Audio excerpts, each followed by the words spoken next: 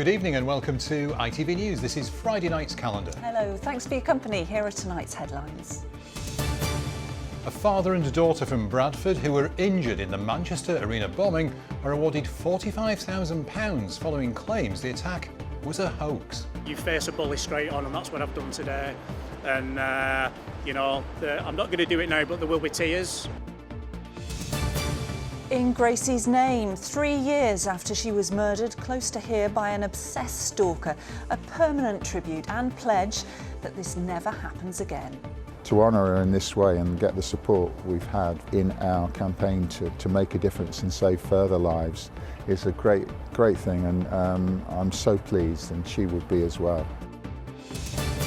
In sport, it's divided loyalties as this feuding family and the whole of the Steel City prepare for their first derby day in 5 years. He came downstairs on Boxing Day with a carry bag with his Wednesday shirts, and I said, I don't want them anymore, I'm going to start supporting United with Grandad. And that's it. He went, told my granddad, then 2 days later, season ticket come through post. Yeah.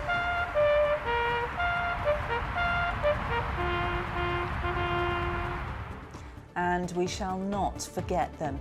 A moment to honour the teenage soldier killed fighting Nazis in Germany just days before they surrendered.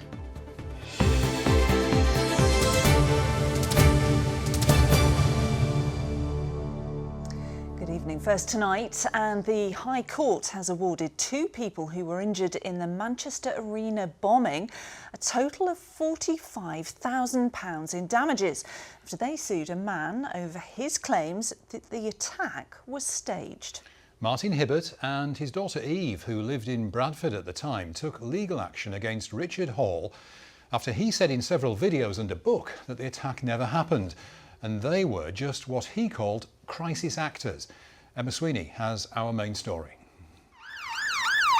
It was a night of unimaginable terror that will forever remain etched on the minds of Mancunians. 22 people killed and over 1,000 left injured, all at the hands of suicide bomber Salman Abedi. But despite this, self-styled journalist Richard Hall claims it was all a hoax. In my years of investigation, I did not find any evidence to show that a real bomb was used. But I did find video and photographic evidence which shows beyond doubt that there was no bomb. But this, of course, simply isn't true. Martin Hibbert was left paralysed by the bomb, and his daughter Eve suffered a catastrophic brain injury. So intent was Richard Hall on spreading his conspiracy theory that he claimed the pair weren't even at the venue that night. He also secretly filmed Eve outside her home. Everything that we've put up with for the 5 years happened, and that it was harassment and that it was wrong. Last month, the High Court judge described Mr Hall's behaviour as a negligent, indeed reckless abuse of media freedom. Today, as he insisted he'd been the victim of an unfair trial, the judge ruled that he must now pay the Hibberts £45,000 for harassment, as well as at least 90% of their legal fees. It's a comprehensive victory. We have won solidly, So, I'm very proud, and I can't wait to get home and see Eve tomorrow, because she's going to get a massive hug. But it has been tough. Martin Hibbert's now pushing for a new law, determined to shield future attack victims from being further traumatised at the hands of conspiracists like Robert Hall. Emma Sweeney, ITV News. Next tonight, almost 3.5 years after 23-year-old Gracie Spinks was murdered by an obsessed stalker, a footpath not far from where her life was taken has been officially named after her. The path in Duckmanton is one Gracie often used, and as her father Richard walked along it today, he said he hoped it would help keep Gracie's memory alive and serve as a permanent reminder of the need to take stalking seriously. Emma Wilkinson reports. Well, when they see the signs, in tribute to Gracie, I hope they just think about her and remember her for how much she loved the area, and to have the trail named after her is an amazing thing. At one time, on crisp autumn days like this, Richard's daughter Gracie rode down this quiet lane on her horse. Now, more than 3 years after she was murdered by a man who was stalking her, this trail not far from where she died will forever bear her name. If we can just remind people every time they see the sign, yeah, oh, there's that girl that was murdered and she's trying to do A, B and C, it'll make them think and maybe talk to their daughters or brothers and sisters and say, you know, stalking is a big problem, you've got to be aware and read the signs, and getting that awareness out there is a big part of Gracie's campaign. Gracie was killed in 2021, stabbed by Michael Sellers, a former colleague who'd become obsessed with her. She'd previously reported his stalking to police. Ever since her death, her family have pushed for improvements to the way forces respond to stalking, and they've been supported in that campaign by the local MP. What the campaign really wants is ultimately for there to be stalking advocates in every police force, and for them to be operational officers that are there with the sort of seniority in the police force to ensure that stalking is policed properly. The hope is that each person that passes these signs will think about Grace's story and her legacy. It's months of campaigning from local councillors that have seen them installed. This was one of Grace's favourite rides, and speaking to community, a lot in community knew her because she rode paddy up here quite often. Well, I feel honoured that we've been able to manage it. It provides a nice memorial for Gracie and it improves the infrastructure. It'll also have safety aspects because now people know where this is. To honour her in this way and get the support we've had in our campaign to make a difference and save further lives is a great thing, and I'm so pleased, and she would be as well. As Richard walks the path his daughter once did, he thinks of her with pride. But the pain of knowing she will never be able to do so again is one he lives with every day. It would have been the 4th Christmas that Gracie's missed, so it's a very sad time, yeah, but the involvement in the campaign helps a lot because we feel like we're giving something back. I feel like I'm doing something for Gracie, although she's not here, I'm doing something for her. Gracie's way. Gracie's way.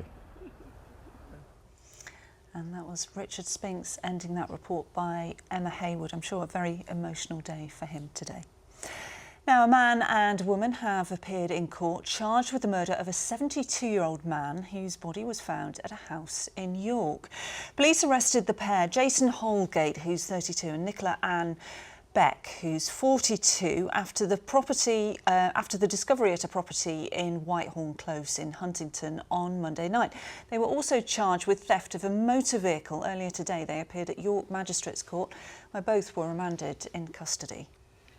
A West Yorkshire police officer has been jailed for 2 years and 2 months after being found guilty of sexually assaulting a woman and perverting the course of justice. Leeds Crown Court heard that 24-year-old PC Jonathan Holmes did a factory reset of his mobile phone in order to delete its contents shortly before being arrested. He was found not guilty of attempted rape and a second charge of perverting the course of justice. A misconduct investigation will now be held to prevent him being employed in policing in the future. Well, next week, world leaders will gather in Azerbaijan to try to tackle what's widely regarded as the biggest threat to humanity, the devastating impact of climate change. Well, of course, just last week, flooding in Spain saw hundreds of people killed, but the effects of climate change, it seems, are being felt much closer to home with alarming regularity. Yes, take our region. Sports grounds, for example. Now, Tadcaster Albion's Ings Lane Stadium has been submerged 6 times in the last season alone, and another severe weather event could spell the end of well over a century of sporting history. Arif Ahmed has the story. Fresh paint hides the scars of the regular flooding that Tadcaster Albion endures. When heavy rain falls and the River Wharfe bursts its banks, the football club feels the full force of flooding. Last season alone, they were underwater 6 times. If the current rate continues, this 132-year-old club may no longer stay financially afloat. How uncertain is Tadcaster's future due to flooding? Well, to be honest, flooding the pitch is a nuisance. If it gets in the clubhouse in the next couple of years, then it would be a struggle. Yeah, it's become more frequent. I mean, over the years, we had some bad ones, we had some small ones.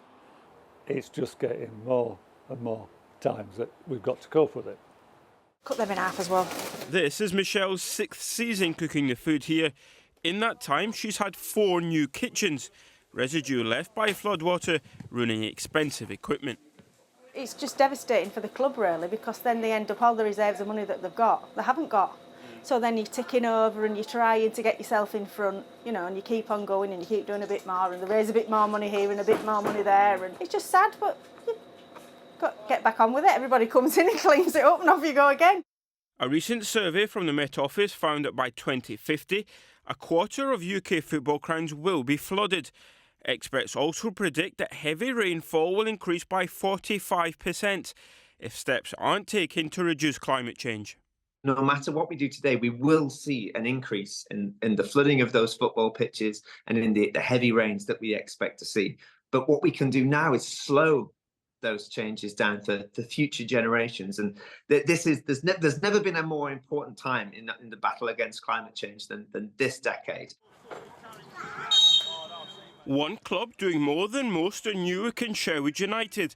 The non-league side are aiming to become the first fully sustainable club. We're seeing on the news every day now, we've just seen what's happening out in Valencia. You know, this is not going away. It's a problem that's growing and growing and growing. And grassroots football has got a big part to play in changing hearts and minds. Fries, loaded fries, nacho fries or fully loaded fries. One way they're making a difference is by serving a vegan-only menu, which reduces carbon emissions by 73%.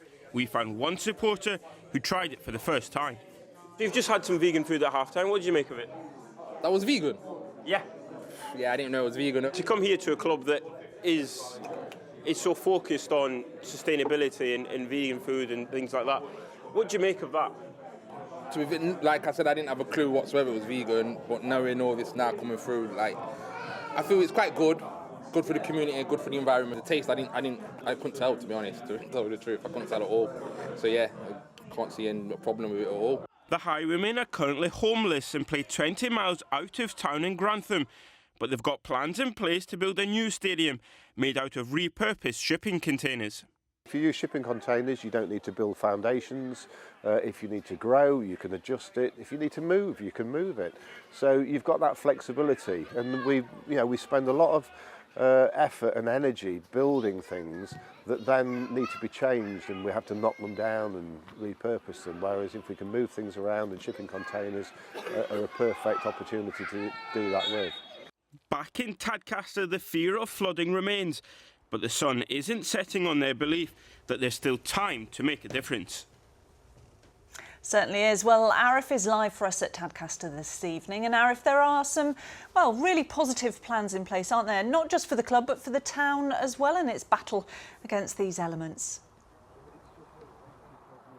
Yeah, that's right, Lara. There is a game here tonight, but all the talk is of this flood alleviation scheme, which will see a 2-metre barrier be placed just on the River Wharf, which is just behind the stadium here, behind those trees, and that will be a big lifeline for this club. We can speak to Andy now, the chairman. Good to see you. Thanks for joining us live on Calendar. Thanks for coming. How vital would that scheme be if it comes into place? Oh, it's absolutely essential. Last year we were flooded 6 times, so we had games cancelled, which caused financial issues with the club, with cash flow, and it's just essential that we get that. We've been waiting over 12 years. The bridge went down in 2015. The club really suffered then, and we've just suffered ever since, really, with more and more floods. And it comes with a big mental anguish, doesn't it? Being, worried every time it rains. It does, yes. All the directors are watching the weather forecast in winter, looking at what's happening upstream in Kettlewell, and it does cause us very big mental anguish. And obviously the supporters are very, very concerned as well. Well, Andy, thanks very much for joining us. And let's hope that scheme comes in place quite quickly. They are in the planning stages at the minute, but that scheme just can't come in quick enough. Arif live at Tadcaster tonight. Thank you very much. You're watching Friday Night's Calendar with John Hill and Lara Rostron. Thanks for being with us. Still to come tonight, sparks will be flying in this household and across the Steel City as Sheffield hosts its first derby day in 5 years. And the sun is about to make a comeback. Find out what day this forecast is for and whether it'll come in time to save the weekend. Well, we just heard how climate change was impacting our region's football grounds, putting some clubs on the brink, but it's also leaving a bitter taste in the mouth of our winemakers. Yes, at one North Yorkshire vineyard, this year's wet conditions have brought grape yields down by more than 3/4. And that's leaving production of English reds and whites at, well, the bottom of the barrel. Chris Conway has more. The storm clouds have gathered for some winemakers this year. Kieran Atkinson runs Rennesshire Hall Vineyard near Chesterfield, where they've seen lower than normal crop levels thanks to this year's increasingly wet weather. It's been one of the more challenging years, for sure. The quantity's down. So from last year, we're kind of 30%, about 30% crop of the year before. Luckily, that year before is kind of seeing us through to this year. You know, we still have to pay all the things we have to pay for to ensure we have grapes. Industry experts say the bitter taste left by climate change means it's been a glass half empty kind of year when it comes to grape yields. The English wine harvest this year has been down on 2023, which was our best ever harvest. So if we compare it to France and Germany, which has had lower yields this year due to the wet weather, we've faced exactly the same circumstances and we're expecting to have lower yields. It's a similar story for Rydale Vineyards near Malton. Normally, they would produce about 10,000 bottles of wine a year.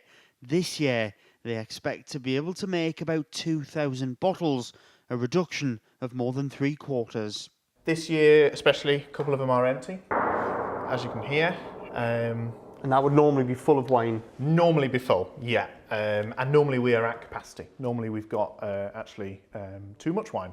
Kate, who runs Rydale Vineyards, has had to pick their grapes later than usual this year to give them the best chance to grow. There, what's left, the wet spring has pushed everything back a little bit. And we also haven't had just as much sunlight, and it's been a really cloudy year. So the grapes just haven't got as much sugar in them as we would like. For the winemaking industry, this year has shown the need for resilience. With weather patterns becoming increasingly unpredictable because of climate change, even successful vineyards like this one are having to diversify to safeguard their financial future.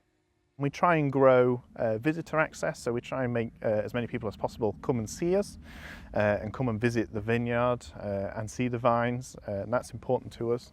Thankfully for Kit and many other vineyards, they can rely on excess stock from last year's vintage harvest to see them through. They all hope not to see a repeat of a year for the industry, best described as corked. Chris Conway, ITV News. Interesting. Well, the ITV Evening News continues at 6:30. Here's a look at what's happening with Lucrezia Millarini. Coming up on the ITV Evening News, Israel demands action after its football fans face anti-Semitic attacks in Amsterdam. Spain is hit with another wave of flash flooding.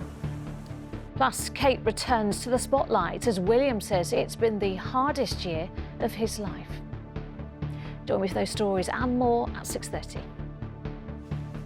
Thanks, Lucrezia. We'll see you shortly. Right, time for sport now. And a weekend of South Yorkshire football derbies kicks off tonight. Barnsley take on Rotherham. But for fans in Sheffield, well, it's almost time for the big one. Yes, after a 5-year hiatus, this Sunday we'll see the return of the Steel City derby between Sheffield United and Sheffield Wednesday. It's a game, of course, that divides workplaces, friendship groups and even families. But of course, households at war is nothing new. It says here on this script, Shakespeare wrote many a play about it. Who wrote this? Anyway, as Chris Dawkes reports, this battle is just as fierce as that between the Montagues and the Capulets.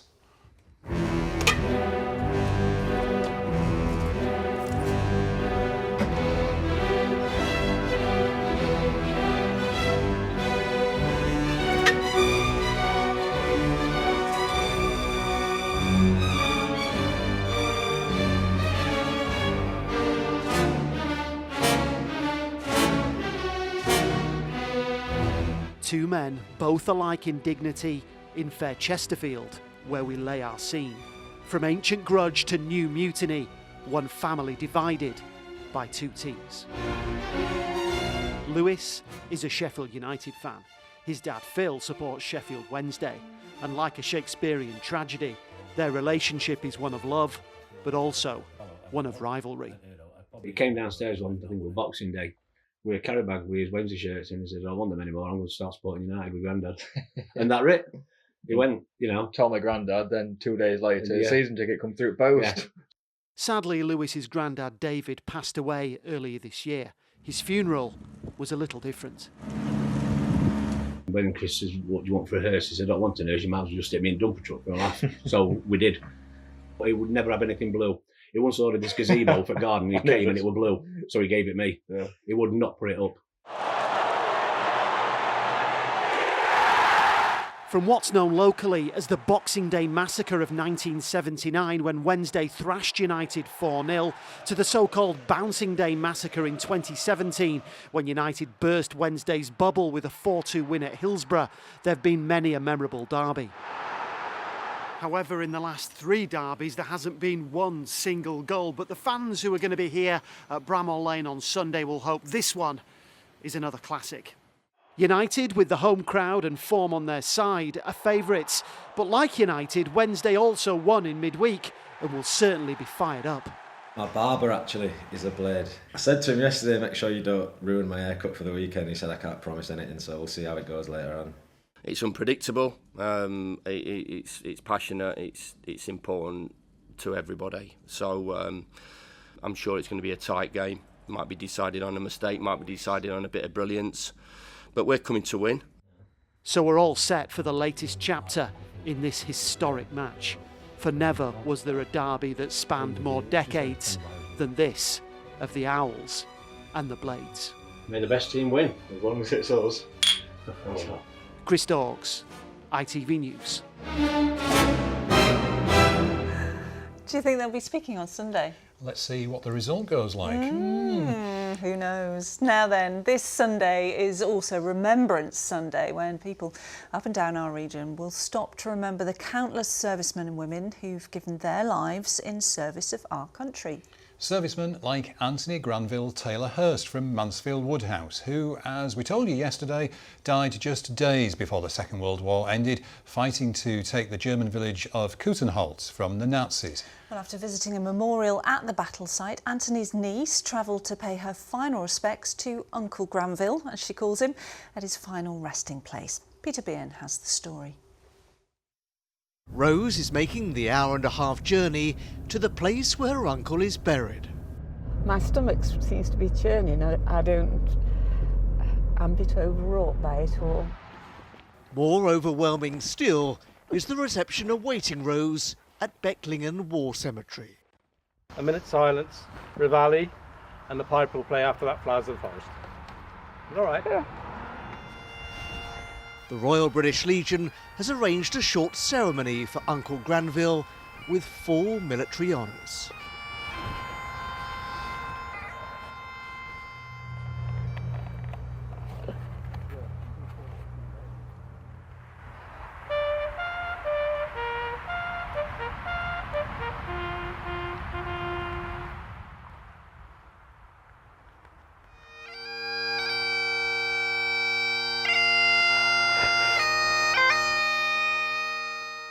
Anthony's headstone bears an inscription Rose knew nothing about, a short verse composed by his parents. My grandparents must have known he was here, but we knew nothing about where he was. They've not spoken about it. It was so moving to find that he has got a resting place in part of this beautiful surroundings, to see all these soldiers, the lives that have been put to rest. I know the families get a lot from it. Quite often the families receive closure from coming here and experiencing how their families and their loved ones are buried. It means a lot. There are two things that strike me about Anthony's grave. His age, of course, just 19, and the day he died, the 1st of May 1945. The war ended just a week later. If he had survived just another 7 days, he would have returned to his family, perhaps got married and started his own family. What sort of life would he have gone on to lead? Perhaps he could even be alive today. I know it's been your first trip to Germany and one you'll never forget, I imagine. That's right, yes, I will never forget. As long as I live, I will never forget.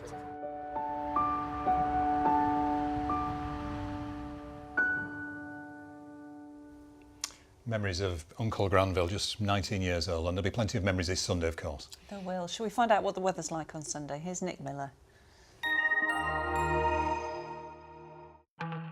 Good visibility on the horizon. TUI sponsors ITV Yorkshire Weather. Hello. With less than 5 hours of sunshine so far this month, these days of gloom are proving to be quite the endurance test, but there is something brighter on the horizon. Let's jump straight to it and reveal that Monday is a day we're expecting some sunshine to return. Sadly, not in time for the weekend, but at least there is something to look forward to. For now, the groundhog grey continues, this view of a Digley Reservoir today. So how do we get from the grey to the blue on Monday? Well, the grey, the cloud is trapped underneath this area of high pressure, blocking Atlantic weather systems from coming in and shaking things up a bit. Well, they do have some success over the weekend. In fact, this front on Sunday, not much rain with it, but it does clear away the cloud, and for that reason, the brighter Monday will arrive. For now, though, it's as you were. It's déjà vu all over again. All the cloud withers through the night, lowering into the tops of the hills to produce some foggy conditions here, perhaps some drizzle around, and temperatures not really falling very far from where they are at the moment.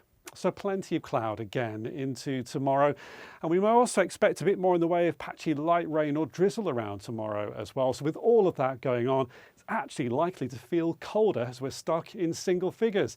And then going into Remembrance Sunday, well, actually just something maybe a little bit brighter at times, but also the weather front's coming through with some patchy rain and the temperature heading up a couple of degrees on Sunday. And then on Monday, as advertised, the sunshine is expected to come back, and well, it won't raise the temperature, but we are expecting it to raise the spirits. That's it. TUI sponsors ITV Yorkshire Weather. Thanks, Nick. That's it from us for now, but I'll be back at 10:30 with your late news. Yes, Lucrezia is next. Enjoy your weekend, whatever you're doing. Sunday looks best. We'll see you next week. Bye-bye. Bye-bye.